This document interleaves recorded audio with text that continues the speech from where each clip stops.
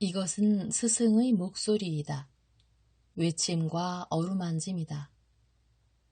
이 목소리가 회개하기를 원치 않는 사람들에게 말할 때에는 외침이 되고, 비록 불완전하더라도 하느님과 그분의 말씀을 찾아내려는 착한 뜻을, 하느님과 그분의 말씀을 찾아낸 다음에는 자기를 거룩하게 하려는 착한 뜻을 가진 사람들에게 말할 때에는 어루만짐이 된다.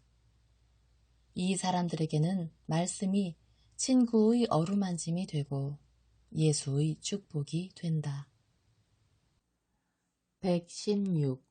해항 카이사리아에서 자녀들에게 같은 액수의 돈을 준 아버지의 비유. 423. 1946년 4월 30일 가이사리아에는 로마인들의 세련된 식탁을 위하여 고급 식료품들이 모여드는 넓은 시장들이 있고, 또 얼굴과 얼굴빛과 인종의 만화경 속에 더 보잘것없는 양식이 있는 광장 근처에는 사방에서 온 더 풍부한 양식들을 파는 상점들이 있다. 그 양식들은 여러 군데에 있는 로마 식민지에서 온 것도 있고, 고국에서 멀리 떨어져 있는 것을 덜 고생스럽게 하기 위하여 먼 이탈리아에서 온 것도 있다. 포도주와 다른 데에서 온 값진 요리의 거래가 깊숙한 회랑 밑에서 이루어진다. 그것은 로마인들이 연회에서 먹을 양식들을 그들의 세련된 입을 위하여 장만할 때에 햇볕에 타거나 비를 맞는 것을 좋아하지 않기 때문이다.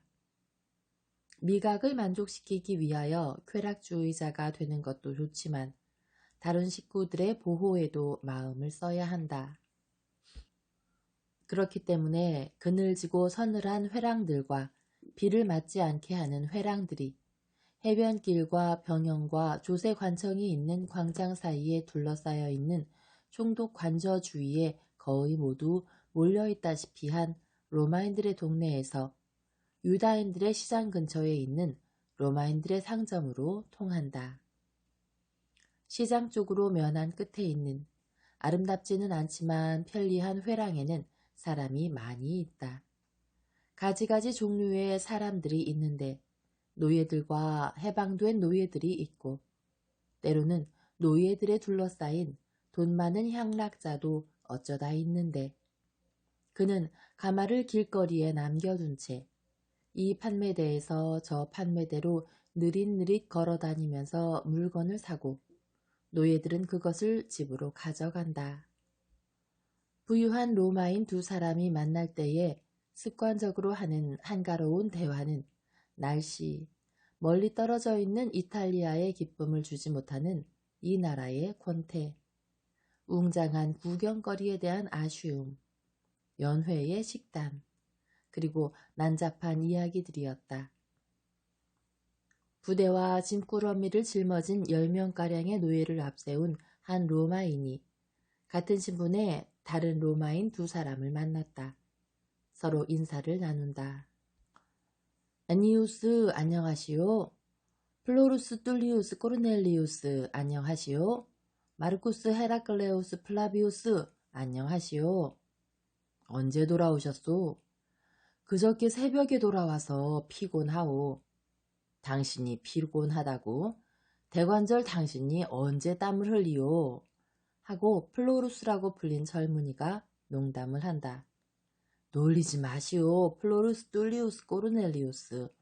지금 마침 친구들을 위해서 땀을 흘리고 있는 중이오. 친구들을 위해서라고? 우리는 당신더러 애쓰라고 요구하지 않았소.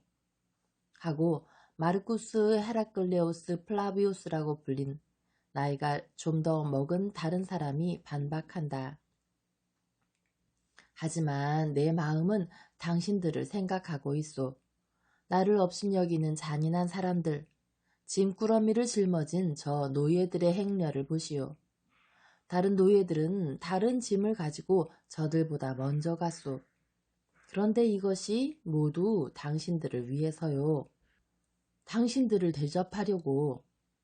그러면 당신 일이 그거요? 연회요? 그런데 왜?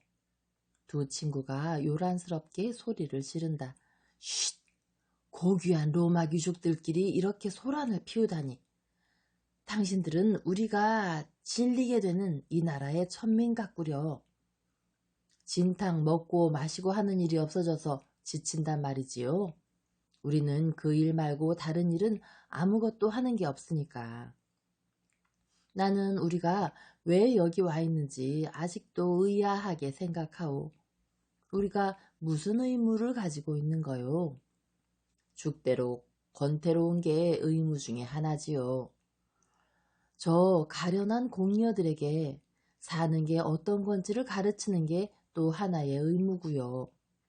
또 히브리 여자들의 신성한 골반에 로마의 씨를 뿌리는 게 또 하나의 의무요. 그리고 다른 곳에서와 마찬가지로 여기서도 무엇이든지 할 수 있는 우리의 재력과 권력을 누리는 게 또 하나의 의무고. 세 사람은 호칭기도라듯이 번갈아가며 말하곤 웃는다. 그러다 젊은 플로루스가 중단하고 침울해지며 말한다. 그런데 얼마 전부터 빌라도의 즐거운 궁정에 안개가 내려덮이기 시작했소. 가장 아름다운 여자들이 순결한 처녀들처럼 행동하고 남편들도 그 여자들의 변덕을 돕고 있다오. 이건 관례적인 축제에 대단히 피해를 주고 있어. 그래요. 이 변덕은 저 세련되지 못한 갈릴레아 사람 때문이요. 하지만 이건 금방 지나갈 거요. 애니우스, 당신 생각이 틀렸소. 글라우디아까지도 그가 사로잡은 사람들 중에 한 사람이라는 걸 나는 아오. 그리고 이것 때문에 그의 저택에는 도덕관념에 이상한 조심성이 자리 잡았소. 그곳에는 엄격한 공화정치 시대의 로마가 되살아나는 것 같소. 곰팡이 냄새가 나는데. 그런데 언제부터 그렇소? 사랑하기 좋은 따뜻한 4월부터 그렇소. 당신은 모르지요. 여기 없었으니까. 그런데 우리 귀부인들은 유골단지 앞에 공녀들 같이 침울하게 됐소. 그래서 우리 남자들은 다른 데에서 위로를 많이 찾아야 하오. 정숙한 여자들이 있는 곳에서는 그런 위로조차 허락되지가 않소. 그럼 이게 내가 당신들을 구제할 이유를 하나 더 늘린 셈이요. 오늘 저녁에는 큰 만찬이 있고 게다가 우리 집에서는 진탕 먹고 마시는 판이 벌어지요.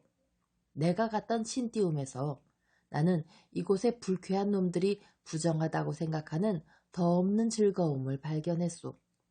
공작, 자고, 가지가지 뜸부기, 그리고 죽인 어미에게서 산채로 떼어나서 우리의 식사를 위해서 길러낸 산돼지 새끼요. 게다가 포도주, 로마의 구릉지대와 내 고향 리테르눔의 더운 해안지대, 그리고 당신의 고향 아치리 근처의 양지 바른 해변에서 나는 달고 값진 포도주요. 또 키오와 친띠움이라는 진주를 가지고 있는 섬에서 나는 향기로운 포도주, 그리고 마지막 향락을 위해 성욕을 불지르기에 알맞은 이베리아에 취하게 하는 포도주요. 와, 이건 정말 굉장한 축제일 거요. 이 귀양살이의 권태를 쫓아내기 위해서, 또 우리가 아직 남자답다는 것을 확신하기 위해서요. 여자들도 있소? 여자들도 있지요. 그리고 장미꽃보다도 더 아름답고 피부색도 각각이고 흥취도 각각인 여자들이요. 모든 상품 중에는 여자들도 끼어 있는데 그걸 장만하는데 돈이 많이 들었다오.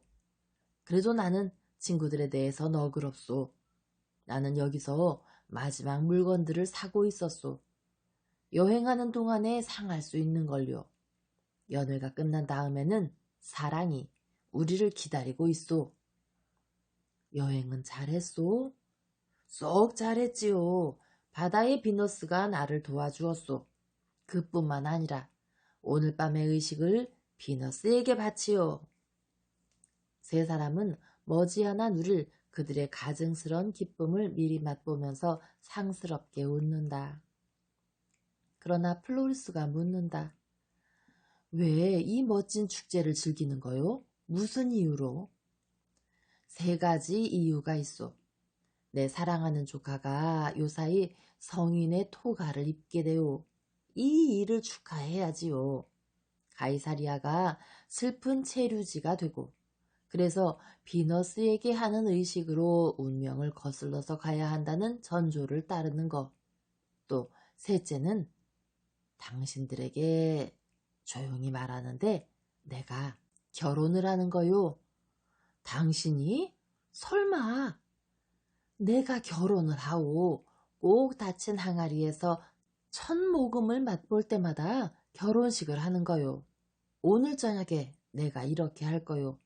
나는 이만 세스테르티우스 또 혹은 당신들이 이렇게 말하는 걸 더 좋아한다면 금화 200을 주고 그 여자를 샀소. 사실 이만한 돈을 브로커들과 또 그런 종류의 다른 사람들한테 주고야 말았소. 하지만 비너스가 그 여자를 4월의 어느 날 새벽에 낳고 거품과 금빛 광선으로 빚었다 하더라도 그 여자를 더 아름답고 더 깨끗하다고 생각하지는 않았을 거요. 꽃봉오리요, 꽃봉오리. 벌어지지 않은 꽃봉오리. 그런데 내가 그 여자의 주인이란 말이요. 이런 신을 모독하는 사람! 하고 마르쿠스 헤라클레오스가 농조로 말한다. 이보다 더 나을 것도 없는 당신이 그렇게 비평가인 채 하진 마시오. 발레리아누스가 떠난 뒤로는 우리가 여기서 권태로워 죽을 지경이었소. 그런데 내가 그를 대신하오. 우리보다 먼저 온 사람들의 경험을 이용해야 하오.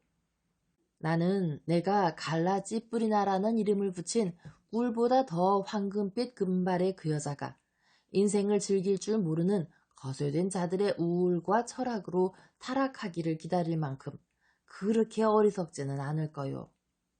좋아. 하지만 발레리아누스의 여자 노예는 유식했고 또 그 절약서적을 읽는데 미쳤었지요. 그런데 무슨 영혼?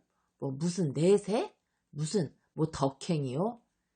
에이, 사는 건 즐기는 거요. 여기서는 우리가 살고 있소. 어제 나는 두루마리를 모두 불 속에 던졌다오. 그리고 노예들에게 어기면 죽을 거라고 하면서 절약자들과 갈릴레아 사람들의 궁상을 상기시키지 말라고 명했소. 그러면 계집아이는 나밖엔 모를 거요. 그 여자는 어디서 발견했소? 사려 깊은 어떤 사람이 갈리아 전쟁 후에 노예들을 취득해서 대우를 잘하면서 생식용으로만 사용하면서 새로운 아름다운 꽃들을 주기 위해 아이들을 낳아주기만을 요구했소. 그런데 갈라는 그 새 아름다운 꽃들 중에 하나요. 이제 걔가 사춘기 소녀가 되니까 주인이 팔았다오. 그래서 내가 샀지요. 참, 이런 새꼴. 내가 아니면 다른 사람이었을 거요. 그러니까 여자로 태어나질 말아야 했지. 그 사람이 당신 말을 듣는다면 저기 오는데? 누구 말이요? 우리 귀부인들을 홀린 저 나자렛 사람 말이요. 당신 뒤에 있어. 애니우스는 등 뒤에 독사가 있기라도 한 것처럼 돌아본다. 그는 당신 주위에 몰려드는 보잘것없는 서민들과 로마인들의 노예들까지 있는 사람들 가운데로 천천히 걸어오시는 예수를 바라본다. 그리고 비웃는다. 저 거지? 여자들이 타락했소. 그렇지만 저자가 우리마저 홀리지는 못하게 피합시다. 너희들은 하고 마침내 불쌍한 그의 노예들에게 말한다. 노예들은 무거운 짐을 짊어진 채 그동안 줄곧 여인 상주처럼 서 있었는데 그들에 대해서는 동정도 없다. 너희는 집으로 가라. 지금까지 시간을 허비했으니까 빨리 가. 그리고 음식 준비를 하는 사람들은 향신료와 향료를 기다리라고 해라. 빨리 가. 그리고 황혼 때 모든 게 준비되어 있지 않으면 채찍이 있다는 걸 기억해라. 노예들은 뛰어서 가고 그 뒤를 로마인과 그의 두 친구가 더 천천히 따라간다. 예수께서는 앞으로 나아오신다. 엔니우스의 마지막 말을 들으셨기 때문에 슬퍼하시며 키가 크기 때문에 위에서 무거운 짐을 지고 뛰어가는 노예들을 무한한 연민으로 내려다보신다. 예수께서는 휘 둘러보시며 로마인들의 다른 노예들의 얼굴을 찾으신다. 예수께서는 당신을 둘러싸고 있는 군중에 섞여서 관리에게 들키거나 히브리인들에게 내쫓길까봐 벌벌 떨고 있는 노예 몇 사람을 보시고 걸음을 멈추시며 말씀하신다. 여러분 가운데 이 집에 사람이 아무도 없소? 없습니다, 주님. 그러나 저희들은 그 사람들을 압니다. 하고 거기 있는 노예들이 대답한다. 마테오야, 저 사람들에게 동량을 듬뿍 주어라. 그들은 그것을 동료들과 나누어 가져서 그들을 사랑하는 어떤 사람이 있다는 것을 알게 할 것이다. 그리고 당신들은 고역 중에서 착하고 정직하게 산 사람들에게는 인생과 더불어 끝나는 것은 고통뿐이고 고통과 더불어 부자와 가난한 사람, 자유인과 노예 사이의 관계가 끝난다는 것을 알고 다른 사람들에게도 그 말을 하시오. 그 다음에는 오직 한 분뿐이시고 모든 사람에 대해 공평하신 하느님께서 계십니다. 하느님께서는 재산이나 속박은 상관하지 않으시고 착한 사람들에게는 상을 주시고 그렇지 않은 사람들을 벌하실 것입니다. 이것을 기억하시오. 예, 주님. 그러나 글라우디아와 플라우디나의 집에 딸린 저희들은 리디아와 발레리아의 사람들처럼 꽤 행복합니다. 그리고 선생님께서 저희들의 운명을 더 낮게 해주셨기 때문에 선생님을 찬미합니다. 하고 한 늙은 노예가 말한다. 그의 말을 모두가 우두머리의 말처럼 듣는다. 나에 대해서 감사하다는 마음을 가지고 있다는 것을 보이기 위해 점점 더 착하게 되시오. 그러면 참 하느님을 영원한 친구로 모시게 될 것입니다.